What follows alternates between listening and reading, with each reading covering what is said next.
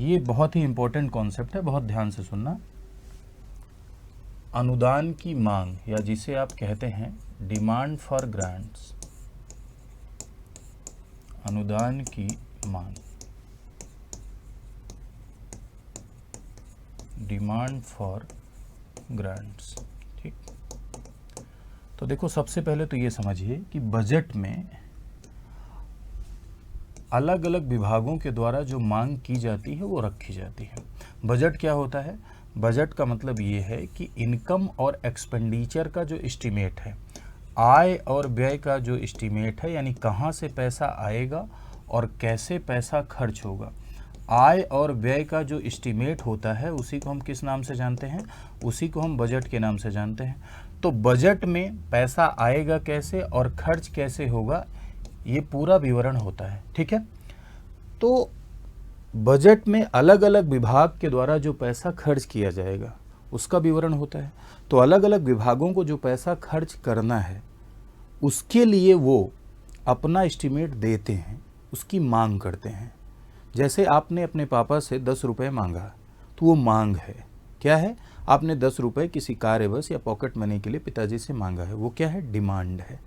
और यदि वह पूरी हो गई तो वो ग्रांट होगी, यानी अनुदान होगी।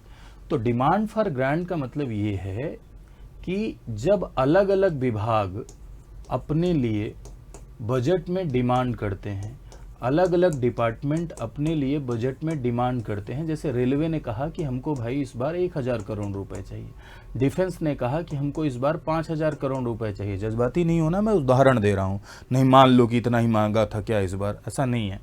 तो जो अलग अलग ये मांग की गई, ठीक है, तो अलग अलग विभागों के द्वारा जो मांग की जाती है उसी को कहते हैं डिमांड फॉर ग्रांट। ठीक है, और ये मांग बजट में शामिल की जाती है। तो केंद्र में भी जब बजट आता है, सेंटर में भी जब बजट आता है तो डिमांड की जाती है। ठीक है, राज्य में भी जब बजट आता है तो ये डिमांड की जाती है। ठीक है, केंद्र में अगर कोई डिमांड की जाती है तो उसके लिए किसकी अनुमति की जरूरत पड़ती है?